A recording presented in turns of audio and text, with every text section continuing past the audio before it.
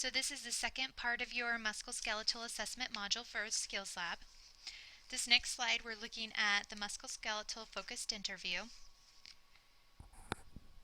You want to ask the patient about their mobility and any changes. You want the patient to describe their perception about mobility and if it's been affected,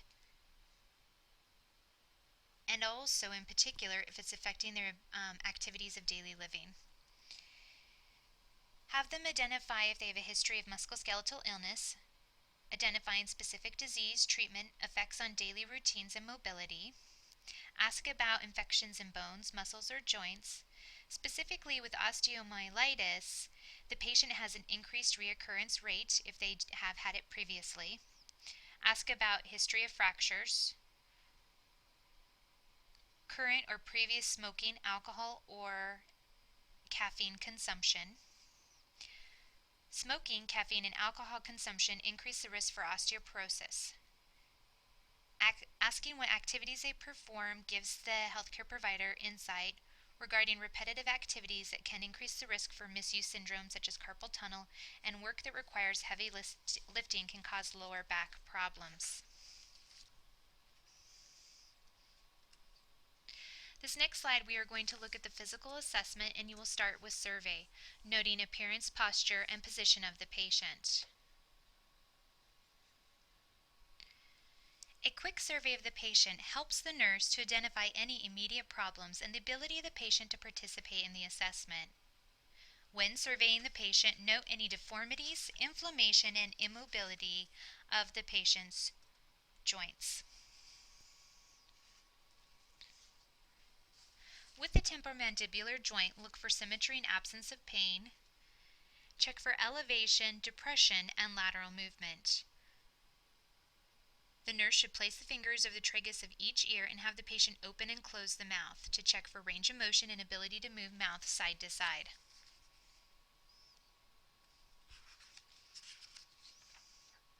When assessing shoulders, check for symmetry. Check the sternoclavicular joint and then move laterally along the clavicle. And also check range of motion.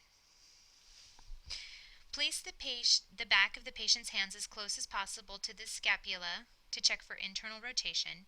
Then have the patient clasp his or her hands behind their head to check external rotation of the shoulders. And you see that in the picture on the right.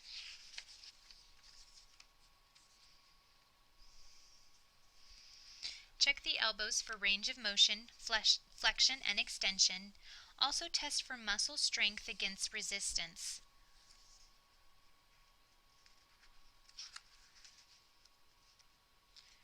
With the wrist and hands, inspect for size, shape, symmetry, and color. Palpate all joints, checking for pain and tenderness, and check for range of motion.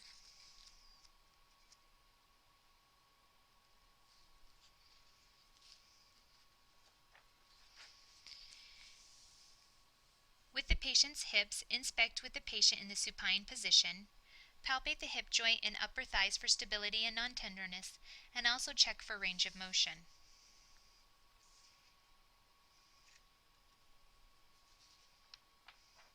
With the knees, check the patella. It should be centrally located.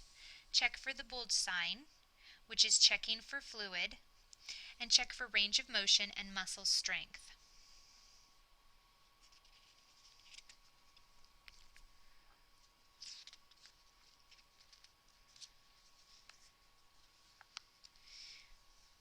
Observe the ankles and feet when patient is sitting, standing, and walking. Palpate the ankle, Achilles tendon, metatarsophalangeal joints, and check for range of motion.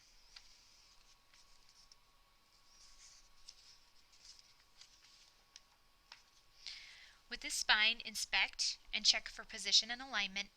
Palpate vertebral processes with your thumb, checking for alignment, uniform size, and stability, and also check range of motion. So this concludes the second part of the Musculoskeletal Assessment module. We'll see you in Skills Lab.